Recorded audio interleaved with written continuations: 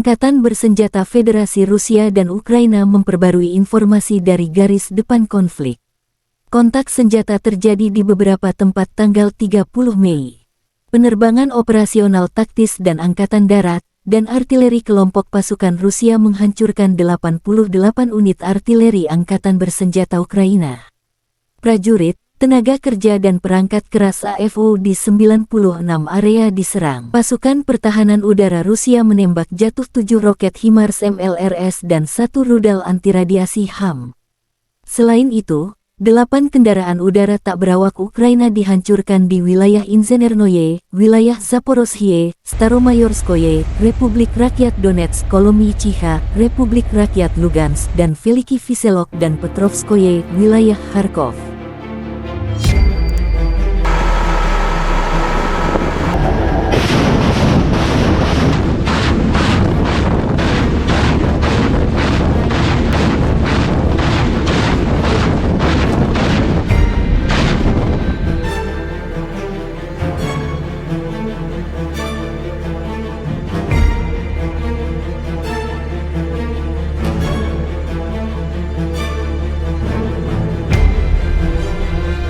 Juru bicara Kementerian Pertahanan Federasi Rusia Letnan Jenderal Igor Konasenkov mengatakan, secara total angkatan bersenjata Ukraina kehilangan 429 jet tempur dan 235 helikopter, 4.379 kendaraan udara tak berawak, 424 sistem rudal pertahanan udara, 9.328 tank, dan kendaraan tempur lapis baja lainnya.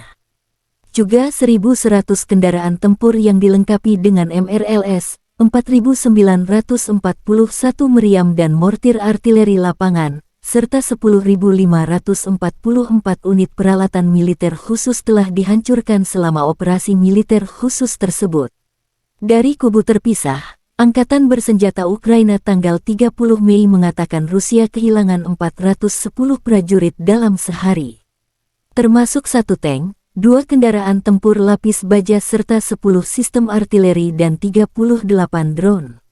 Konflik Rusia dan Ukraina telah berlangsung selama 461 hari, belum ada penyelesaian damai antara dua pihak. Terima kasih sudah nonton, jangan lupa like, subscribe, dan share ya!